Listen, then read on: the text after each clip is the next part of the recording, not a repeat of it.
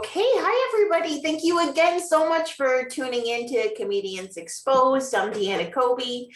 This is the podcast where I get to talk to comedians about how performing comedy leaves them feeling vulnerable. And today's guest is co-producer of Corgi Comedy Events. He also produces comedy shows at Pet Shop. He is the mastermind of the hilarious event Weeding Out the Stoned. You can listen to his hilarious album. It was recorded at Helium. Let me teach you how to distill gin. Please welcome the frenetic and hilarious madman, Alex Grubard, to Comedians Exposed. Welcome, Alex. Hello. How you doing? Thanks for having me, Deanna. What's up? Oh my gosh, thank you for being a guest. You guys, we have to welcome Alex. He had an amazing weekend. I was just talking with him before we got started about the amount of energy that this man exuded this weekend. If you get a chance when you're in the city at the Asylum Theater once a month, right? Yep. Weeding Out the Stone. Can you tell me, how did you come up with this idea? So the story is basically, long story. Not a long story long. I was living in Philadelphia, and there were a few comedians that were doing these kind of like high concept shows, talk shows and stuff like that, panel shows. They were doing really well, and they were super fun. And then I started a show. I was running shows of various kinds, and blah, blah, blah. And one thing I came up with was Curses, the game show of swears, obscenities, and censorship, because I was kind of thinking we're doing these like comedic theatrical shows. So if they're not on television, what's a concept that can't be on television? Like the very premise is something that can't be on TV. So, it'll be something original, something people don't see. So I thought of this curse word game show, and we were doing pretty well. We were getting some press. It wasn't like amazing, but it was definitely like we're onto something here. And then, so this is the scene that was my show, but the scene is doing a lot of this type of stuff. So then these two comics, Aaron Nevins and Kate Bamford, they started this festival called $5 Comedy Week. It's 30 brand new shows, all for $5 each. They rented out a theater in town, like a 40-seat theater, 50 seats. And it was a overwhelming success. These shows were hilarious. 30, obviously some were like over the moon. Some were like, what were we thinking? But it was a great attempt, super experimental, fun comedy. So they did 3 of them within a year. This festival thing, this week of comedy shows, and you could pitch. You just emailed your pitch of a show. And so I knew from doing stand-up for longer than most people in town that submitting to festivals costs like, for stand-up costs like $40, if that, or more or whatever, and it costs a lot of money, and you probably aren't going to get in because 1,000 people submit, and et cetera, et cetera. And then at best you get like, 5 or 10 minutes on 1 or 2 shows, that kind of thing, or something like that. So I was like, oh, you can pitch for free, do your whole hour show, and it's like total creative control. You get a percentage of the door. It was just like, it's in my hometown. It was the place where I lived. So it was just like, I'm going to definitely get one on. So the first time they did it, I only submitted like 2 or 3. And then it was free to submit. It's just an email. The second time I submitted like 15 ideas. And so I got one on. And this whole time I'm doing the Curses game show also every month. Yeah. And so the third $5 comedy week, I pitched probably 40 ideas. And the one they picked was Weeding Out the Stoned, the game show of sobriety tests. And and it's one of those things where like, I look back at that email, you know what I mean? Like I look at that email where I'm like, 4 comics are stoned. 4 comics are on stage. They're all stoned except one. And we play Pin the Tail on the Donkey and recite the alphabet backwards. And like, that's essentially what the email was. You saw it on Friday night. Yeah. Wow. It's really turned into something because Alex, oh my God, there were 16 contestants. 16 people. Oh my gosh. And like Alex, like literally full on game show. He was just like, the amount of energy that you exuded, I was just complete in awe of. I was like, oh my goodness. Like you just kept people on the edge of their seat and it was so fun. Thank you so much. Yeah, it was great. I got did in by the balloon. Oh, I couldn't Yeah. stop I know, that was funny. I thought you were doing well with that balloon too. I thought a couple of you guys had like their balloon at like at peak inflation. Yeah. And it just for a while. There's techniques. Yeah. Okay, I should have stretched, but I was just like thinking, like, how again do you like come up with the games and like, okay, this is because again, having 16 comics and all those rounds, and like again, like, do you do the same games? Do you like to change games? Because initially, compared to where you started, how did you end up to here? So definitely a lot of like riffing with people on like what games might be fun. Aaron Evans, who was one of the people that ran that theater, was extremely influential and helpful on Weeding Out the Stone specifically. He was co-producing Curses. So like also to kind of finish that story, just at, once Weeding Out the Stone was a hit, we did 24 people on stage that first time, like 24 contestants. And it was just like a crazy big hit. It sold out super early. And we already had this game show time slot. So then we're instantly doing Weeding Out the Stoned monthly, right after that $5 Comedy Week festival. And we were selling 150 tickets at $5 each, instantly, or like over 100 tickets. And then we did 420, bumped up the ticket price, still sold out. It was like, because we were in like a mausoleum that had been turned into an art gallery. And it's so like I did a lot of comedy there, and you'd perform for 20 people and it would be fun. Like it would be a good room for it, but they could fit 150. They had a balcony. There's Philomoka, and they're still around. It's and like, but then Good Comedy Theater opened, and so that's who we were associated with. They're very influential. It was a great theater. I mean, it was the best time of ever. It was like 3 years that unfortunately they've closed since the pandemic, but 3 years of just like, in my opinion, magic, like a comedy gold. I loved it. It was, so we did probably. Wait, what's the magic though? What is the magic? Like, oh man, comedy magic. What is it like? Just like the little things, I mean, I get romantic about stand-up a lot. So, and like venues and things. So there's like things like that where, just a lot of times where they would do 3 shows a night and we were a Friday night show. I would be driving down from New Jersey half the time. I mean, that first year it was open, I was walking there for, I lived 5 minutes away. And then, so that's magical. You're going to this place you love and you live right there. I lived there longer than they did, like it moved. It was my favorite place and it moved to my neighborhood and like all those kinds of things. Like you'd be there and there'd be people from New York that I hadn't seen in years doing the second show. And you're like, somebody canceled on Weeding. Do you want to jump on? Like just that kind of like magic. Like when you're at an art gallery, you're the only thing that night, or you're at a different type of theater that you're renting out. It's just not as much of a hangout. It's not as comfortable and familiar. You feel really comfortable there. I mean, Good Comedy Theater was built by comedians. Like I hammered in nails on that stage, not to mention a bunch of other stuff, the contractor was a comic, the plumber, I mean, so how much of doing comedy then for you is creating a sense of community?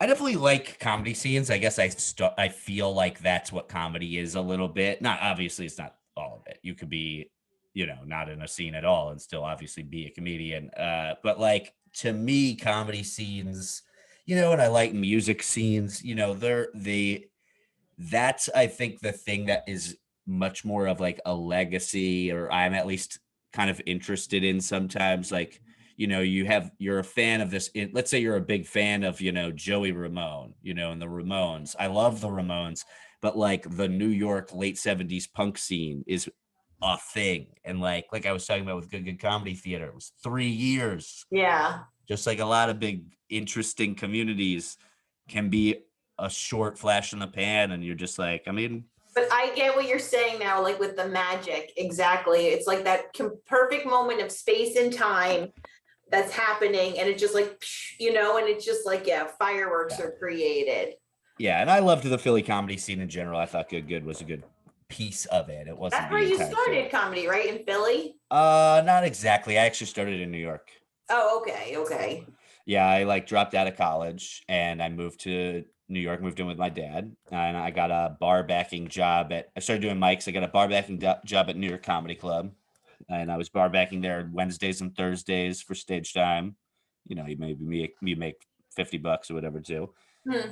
And then, and you're meeting comics, you're hanging out in the grungy New York Comedy Club world. I was 18, and so like I love those grungy venues. If New York Comedy Club has a rat problem today, I know where to put the traps. Like, and like my line about that is that like I was the only person bar backing at New York Comedy Club for stage time where English was my first language, and I just didn't understand at the time that there might be a better way to enter show business for a Jew from New York. You know what I mean? Like I just didn't get that like you can just like enter the top kind of like I don't know, you don't have to start at the very below the bottom.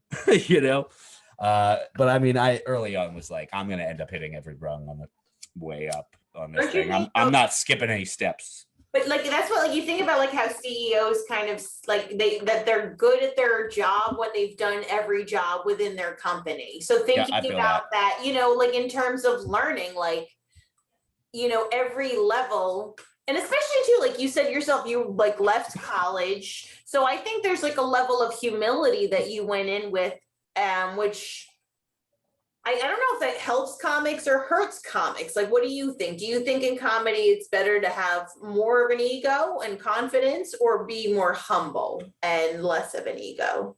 I mean, what's better? One that you would think is better, or like how you've operated like through your journey? Well, I mean, pretty much like how I operate, it may not be the way that I think is the best thing. I mean, at the end of the day, the squeaky wheel gets the oil. Like I think, hustle and grind can be important for a while. Thinking big picture, being egotistical, these are super helpful. But like at the end of the day, like if you're asking for stuff, like you're gonna get it more than people that don't ask for anything. You know what I mean? And like that's what comedy is a little bit. It's like snowballing. It's a perception thing, because like really at the end of the day, it's like, are you doing well on stage? Do people think you're bookable and capable? And are you satisfied with your product? So it's like that's really the focus, but there's obviously so much more that goes into it. And so getting booked is kind of like a perception thing. And like whether it's by, a fellow comic or like a huge producer or a comedy club or anything like that. I mean, if they think you're worth booking and of value, then they'll book you. And so, you could be humble, you could be egotistical, but like if you're humble and asking for stuff and you're egotistical and asking for stuff, I think that's really the answer. It's like you do have to put yourself out there. Yeah. I feel like doing comedy, it's got to be like both. You know what I mean? Like, that's why I understand where you're coming from because, again, you think about it's so one day it'll be good, the next day it'll be horrible. So it's like very Right. humbling, just the act of getting on stage. But you have to have a level of confidence to be able to get on the stage, like especially after you get your ass handed to you. So what about for you? Like when you started comedy, what was your first bomb like? Oh, I mean, I was bombing probably regularly because I Yeah. was going at like the end of a 3-hour show of professionals, and I was not a professional, So, I mean, you're going up in front of, two or three people after working a shift, and like hanging out, I mean, I'm an 18-year-old like drinking a bar's liquor in the basement, or beers or whatever, you know what I mean? Like, not that I was shit faced, but like I was learning how to be an 18-year-old, you know what I mean? Yeah. Like the way you're getting away with something or like underage drinking, even though nobody gives a shit because it's a grungy place or whatever, and like totally out of sight, out of mind anyway. And I wasn't like overdoing it, like doing shots in the basement or whatever.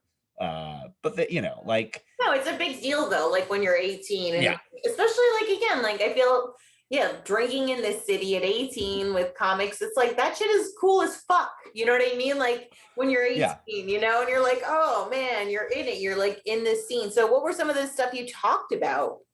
I talked a lot about dropping out of college. Uh-huh. Yeah, a lot of that, a lot about underage drinking. I had a lot, like before I turned 21, I had like a huge chunk on that. Mhm. And then like, so that was like year one. And then like year two, I kind of, I started like barking and taking tickets at and doing a bunch of other jobs at Broadway Comedy Club. It was the New York Improv, and then that year I was there, they became Broadway Comedy Club, like while I was hanging out working there.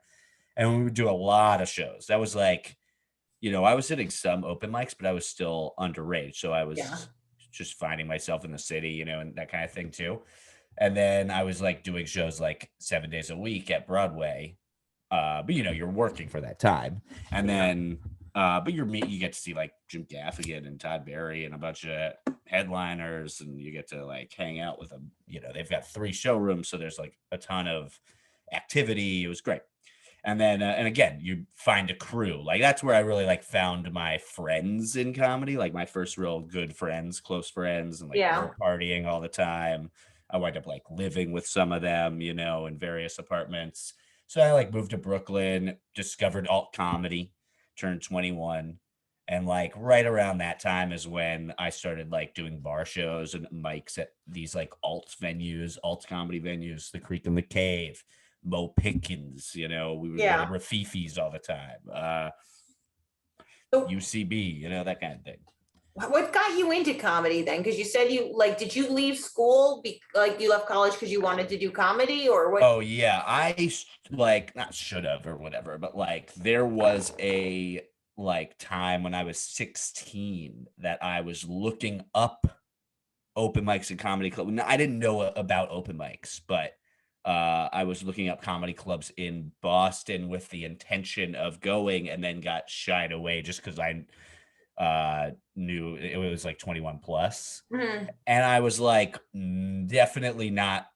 Like thinking back, you're like, oh, I mean, my friends would have also loved to go see comedy in Boston. We would have loved to go to the Comedy Connection in Faneuil Hall. But, we like didn't feel like what we were doing. We were going to like Newberry Comics, we weren't like going to comedy clubs. We were going to like look at like buy CDs and stuff. And so I got into comedy just from watching Comedy Central But and what did you stuff. like on Comedy Central? Like what was your Oh, like I mean, I would just watch everything. I mean, that everything? was on. Yeah, I mean, everything that was on. I still love watching old stuff like that. So they did like they had Premium Blend. They had Comedy Central Presents. They had this like comic remix or like Friday night stand up. They played like old clips. And then, excuse me, I was a Seinfeld fan. Yeah. And I had seen stand up live. I had been 2 places when I was under 16. I had seen it basically like 2 or 3 times. I like Yeah. saw a guy at a hotel in the Catskills because the Concord Hotel was closing and my dad worked there as Yeah. a teenager. So he was like, we're going. And so there was a comic, Catskills comic. It was a prop act. I was like 11. Yeah. So I mean, I loved it. And then to me, Jerry Seinfeld was like the only comedian in the world other than like people on Comedy Central. And then this guy's like right in front of me. And then I went home and watched Comedy Central, and he was on Make Me Laugh. That same guy Yeah. like blew my mind. I mean, this guy, not great, but I mean, it was just, I was a kid, little kid. Yeah. And then, So it was just something that you felt inside you for yeah, like we were into it. My dad strong. loved George Carlin. Like we watched a lot of Carlin, Yeah. and together. Yeah, like Carlin died when I was probably like 20 or 21. So I mean, I watched probably 15 years of Carlin with my dad. Yeah. I mean, yeah, George Carlin was. I mean, like if you think about it, he was Mr. Conductor even when I was watching Thomas the Tank Engine. Like I've known who George Carlin is for like that face for a very long time. And then he's the best, he's amazing. Yeah. He puts out a ton of material. My dad likes him, And So so then, your dad a funny guy too? oh yeah. My everybody in Yeah. my family's funny. Yeah, Yeah, your whole family. yeah, they're funny. Does I think they're everybody funny. does anybody else perform as well? No, not like in my immediate family. Yeah. But No. so you though, again, so you like that's something you have like to share. Do you feel like George Carlin influenced how you do comedy?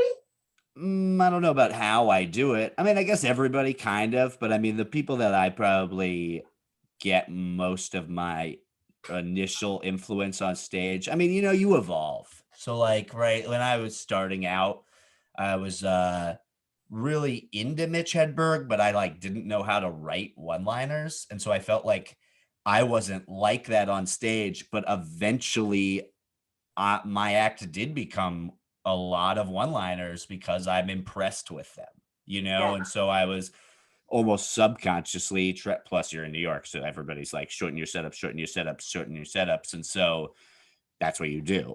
You know what I mean? Like there are a lot of auditions where like that's the obvious thing you're gonna hear. Everybody knows you're gonna hear that from the comic strip or something, and so I was, that was an obsession a little bit for a Yeah. while. And then yeah, right. So I was, and then I also went to see a show at the Hollywood Improv, and I can tell you almost everybody that was on that lineup. It was like Harlan Williams, Greg Barrett, Scott Kennedy, who's passed away, two other comics who I like remember some of their act, but I don't know their name. But it was like, again, not Hollywood Improv. So it's like you're in a real comedy club, you're in Hollywood. Yeah. It was like a Wednesday, it's half full. I'm 13 years old. It was like, again, that magic, because you're somewhere you're not so supposed to be and you're laughing, at like dick jokes. You know what I mean? It's and so yeah, my family was like, it's funny because like my nephew has now been to some stand-up shows or some comedy shows, but I feel like he's actually never been to a stand-up show of mine. And he is like, he's 18. And like I was going to see stand-up, at 11 and 13 and et cetera, et cetera. I started at 18, so I Yeah. mean, so it's kind of like that. You think it's changed, like, especially because you talked about Oh, how, it's just my dad is like willing to just be like, "Hey, who gives a fuck? Let's yeah. put the fucking 11-year-old at a comedy club." That's what Oh, who my okay, dad okay. is. Yeah. Yeah, that's who my dad is, right? He's a funny guy. I feel like the like parenting has maybe might have shifted though compared because like again your dad like then like let's do it like it's okay and that could be unique to your dad but also you had mentioned Seinfeld too you grew up watching Seinfeld and it's like I think too from what I've read I don't know how well Seinfeld the show has aged like in the current climate so it's so interesting like you grew up with your dad having this huge influence on you and then it's like, you know what I mean? All of that, does that play out in your comedy again? Like all of this, like how do you describe your comedy and what you're doing on stage? I mean, I feel like I'm always trying to evolve. So like what I do, like I feel like I, write a set list and I'm always writing, but I write like short kind of bits, I'd say. What do you write about? Well, I write try and write about like what I'm feeling or current events, but like, kind of like I'll sit down and be like, the first joke might be a broad joke about like the internet. And then I just kind of like start going down that until I'm kind of onto a new subject a little bit, but I'll like write one-liners, not one-liners, but like very set up punch kind of things. And like, I'll try and write tags, but like I said, I kind of do feel like I have this joke style of being like set up punch tag, but I also do a lot of what I call catchphrases that are more like bomb lines. Do you guys get me? Do you want me to tell it again? Things like that, that are kind of in a one-linery category. I call them catchphrases, but they're kind of these things that can be said at any moment. So a lot of my stand-up is, I have generally in my head the set list, and then I call a lot of audibles. So I'm riffing, I'm grabbing other jokes from the bank, in my head. I'm doing that a lot. So I have the set list written down, and then every single set I get off stage and I cross off the stuff that I didn't do and I add the stuff that I did end up doing. and it'll usually be like I missed half of the stuff, and missed is not the right word. This is just how I do comedy. It's fine, but I do often get off stage and I'm like, I wish I did that joke, but that's just how it is. I'm in the moment. I'm fast, and like, sometimes I have trouble slowing it down for the crowd. I have a lot of trouble. About you. I love your energy. And that's one of the things, like people, I'm energetic. I'm trying to like not hold that back anymore. I always kind of grew up thinking that was a very LA style of comedy. And I don't mean that really that positively. So I kind of was like, but there's nothing wrong with energy. There really is nothing wrong with it. It's just like only relying on stuff like that and not having a joke or like a thought along with it. And so I feel like Robin Williams, like you think about how he would just, and you know what I mean? Like that's kind of like, something like, and I'm not saying your humor, like you're like him, but like, it's like that vein I see with you. It's like, you are very engaged, you're very energetic, and you like, again, the riffing, like how you'll just kind of like, that's what, someone will shout something out and you're just like, there's a level of presence that you exude. And like I said, just to ride that wave of energy, it's like, okay, what's going to happen, Yeah. And I've been trying to do that more. And like, people keep saying like madman, somebody said the other day, like Alex is the only comic I'm scared of, or like at a mic or something as like an introduction and stuff. And, I feel like I've just been doing that lately, like it's always been in me. But and like that is a thing I like about your character, you know what I mean, on stage. Like no matter what, your character on stage is obviously going to have some differences than your offstage character. Odds are they're going to share a lot of similarities as well. But that's like one of those things I've been trying to do more. I put out my stand-up album, and it's kind of that first act. It's my first act. It's the act I was doing, and there's not a ton of riffing, and there's not a ton of, energy. I feel like when I'm headlining, I can be at like an alt show, which is usually when I headline. I'm a little more, high energy, no stakes and stuff like that, or low stakes. And then at a comedy club, I tend to feel like, I'm supposed to be a comedy club comedian, a club comic. And like, I can do that too. Yeah.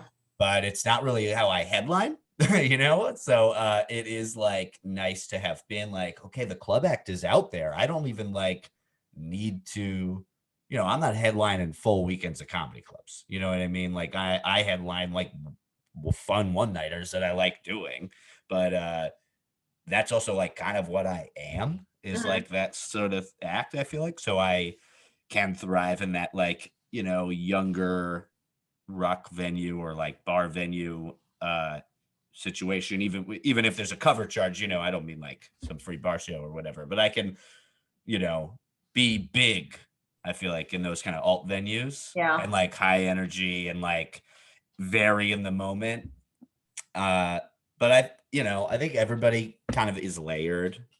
How much of your comedy is actually you? Like I've talked with people, they say, oh, it's me turned up. Like, so how much is it? Like, are we getting Alex, authentic Alex, or is this, again, a character of you? I'd say it's a little bit of a character when I'm on stage. I mean, I'm not doing anything. I'm not like, other than like a joke, a punchline, a twist, a misdirection. I'm not like lying about things. I would never say, I don't even know what, I was in the military or something that just wasn't true to my existence, and my time on this earth, but at least in the beginning. And I feel like most comics are like that. Your setup is the true thing and the punchline is the fake thing. That's the character. And so, I think like my character on stage is maybe a little more who I was when I was younger, a teenager. I was a little like out there and, not shocking in a way of saying like wrong things all the time necessarily, but like just physical and like up in people's face and like, boundless energy. And that's how I was as a kid. People, I had friends, so people seem to enjoy it. So, I mean, that is kind of when I started thinking about doing comedy, was watching a ton of comedy. I already knew about it when I was younger, but like, that's when I started doing it. And so, So you weren't clean though, like again, most of your, because you know what I mean? So I feel like, do you think, again, growing up watching Comedy Central and just seeing what it was to make people laugh, working clean, there's a power to working clean because I feel like you have the ability to reach a wider variety of people. Right. Yeah. How come, what motivates you to work clean? So I mean, like much more just like I wanted to be a comic, I wanted to work, and it's just like when I started, people were very talkative about how you could get more work if you worked clean. I also, but that wasn't even the thing, really. Like if I like dirty comedy, I got nothing against it. You know what I mean? Like I was doing some dirty comedy, and I had a good friend. She was also my roommate, and she was a stand up, and she once pulled me aside and was like, "You're adorable. You can't be, if you're talking about whatever the bit was, something about, just something about some dirty joke about cunnilingus or something, but it was like an 18, 19-year-old trying to come up with some like disgusting fucking joke. And she basically was like, I'm sure it wasn't even a joke at that point, it was just me trying to figure something out. And she was like, you're not gonna get away with this. You know what I mean? Like comics can get away with it, and you will maybe one day be able to, but like you walk up on stage and everyone here, nobody's your age. Everyone's 30 or 40 or older, and they want you to be adorable. Don't want to be like this 18-year-old is like fucking chicks and is gross about it. You know what I mean? And that was just like one of those things. She didn't like, it wasn't a long conversation. Yeah. I got what she meant Advice, immediately. yeah. Exactly. How do you get, like, how does the audience perceive you? Right. And that's totally who I was and am. I'm not gross. I'm not like one of these guys that like a woman walks by and I'm elbowing every guy next to me, and I'm just not that person. And it would be weird and disingenuous and like not even funny to me really to like all of a sudden be thinking like that all the time and go up on stage and be doing it. I mean, if I think I have dirty jokes, if I have a dirty joke that makes sense to me, I'll do it. Usually it will have been a true story. Like Yeah. basically every time, at least based in truth, right? And just to like get you out, like I've been booked on dirty shows, and like, you just break out a few dirty jokes, or if you're on a late night show, I mean, they come in handy just like bomb lines and crowd work and all of the tools and resources that we comedians use, uh, so I found it like good to be just like versatile and being clean. Yeah. Is there any stuff though that you write that makes you uncomfortable to write about, or uncomfortable to write about is just like, it's just not my sense of humor, I'd say. Like I'll write a joke about abortion, but it's usually not like, this woman gets too many abortions. Like even the very idea of saying it is like absurd to me, that I don't even think I can get through this stuff. But I used to have a joke that was like abortion, or as I call it, the war on teenage pregnancy. And, and it's like, to me, that's a political joke. It was about the war on terror a little bit, it was an old joke. But it was like, that was a thing I did. And it's not like, doesn't make me uncomfortable. I mean, I tend to, it's like if I thought like that a lot, I would maybe have more jokes in that category or another category, but it doesn't make me uncomfortable to talk about necessarily. Sometimes I think, I think personally, I just don't think that way necessarily. Like if when I'm sitting down to write, I'll maybe think of a controversial topic and try and come up with something about it, but I feel like it should be in my wheelhouse. Like if I'm writing about a controversial subject, well, then I should have something to say about it and not just something vile, or whatever. Because you can get away, be funny, being shocking. Yes. Of course, or whatever, making a good joke about something controversial, even, whatever you can use.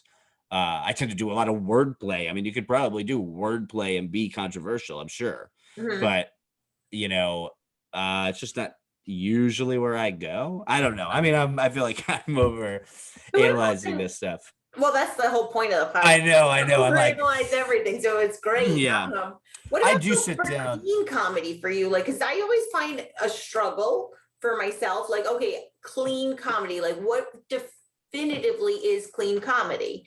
It's like, is it content? Is it, again, use of language? Is it because, like, you think about too with the Pixar movies, how so many jokes the kids whoop right over their head, but the adults are like, oh my goodness, like we get it, Right.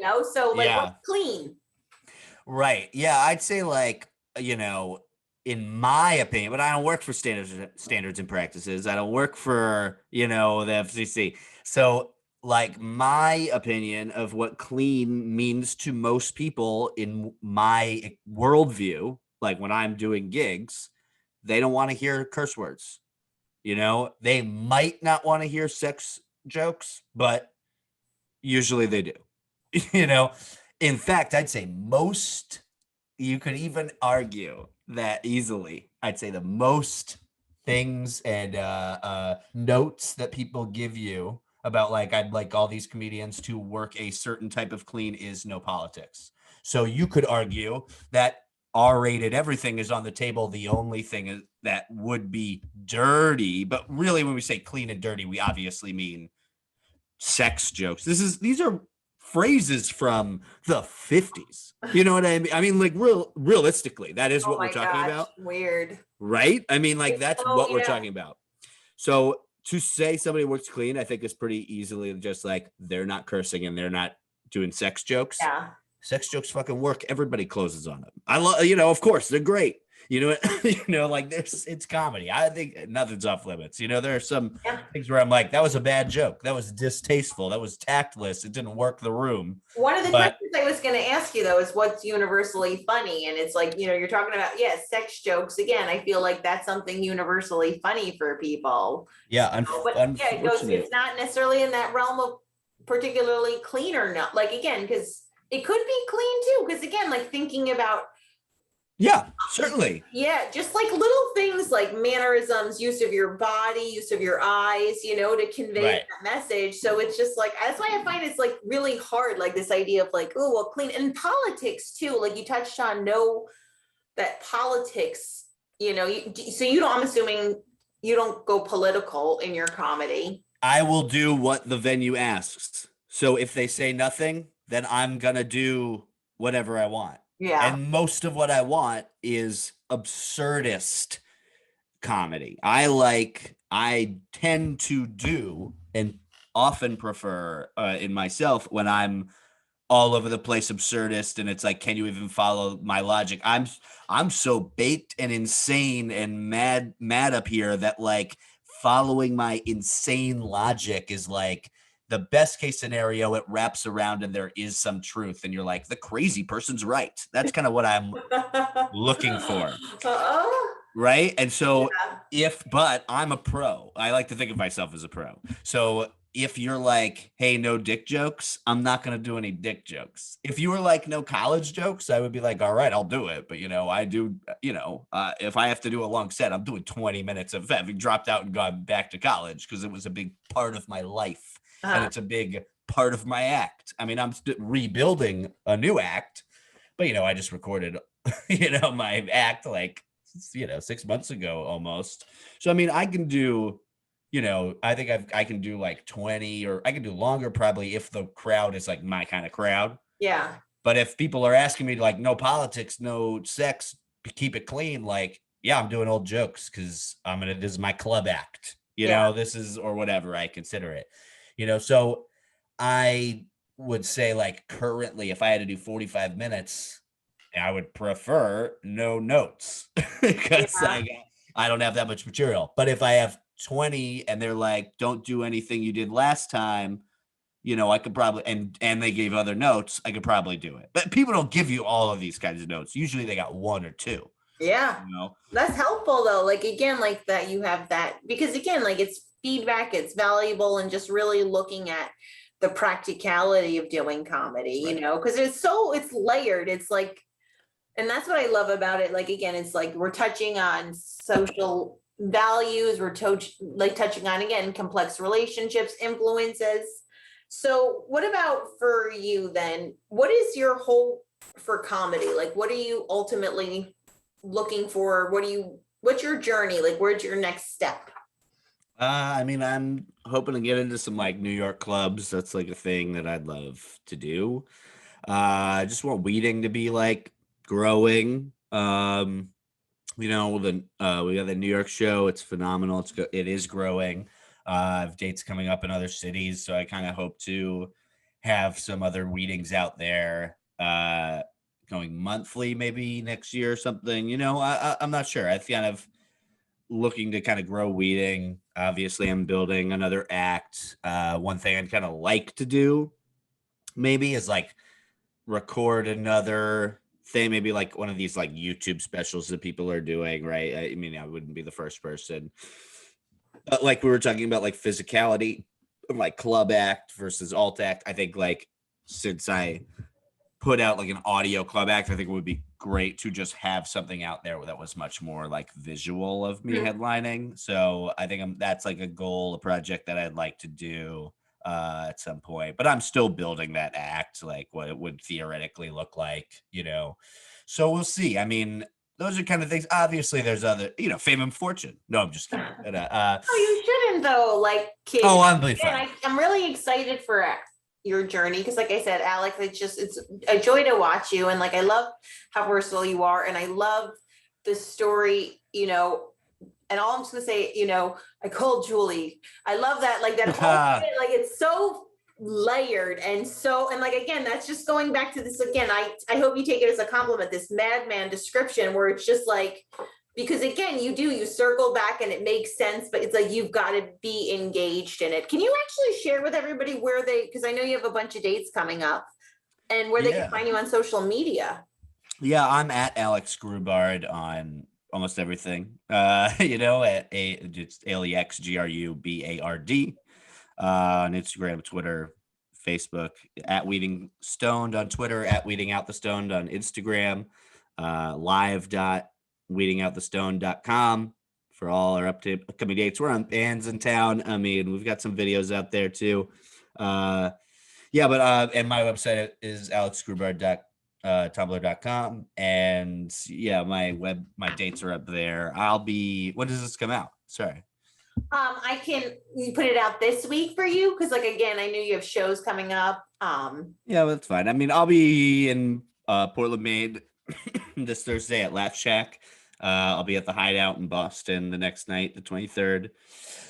July 23rd. Then I've got I'll be at John and Peter's Friday, July 30th. Then I've got Corky Comedy Club in Jersey City, August 13th.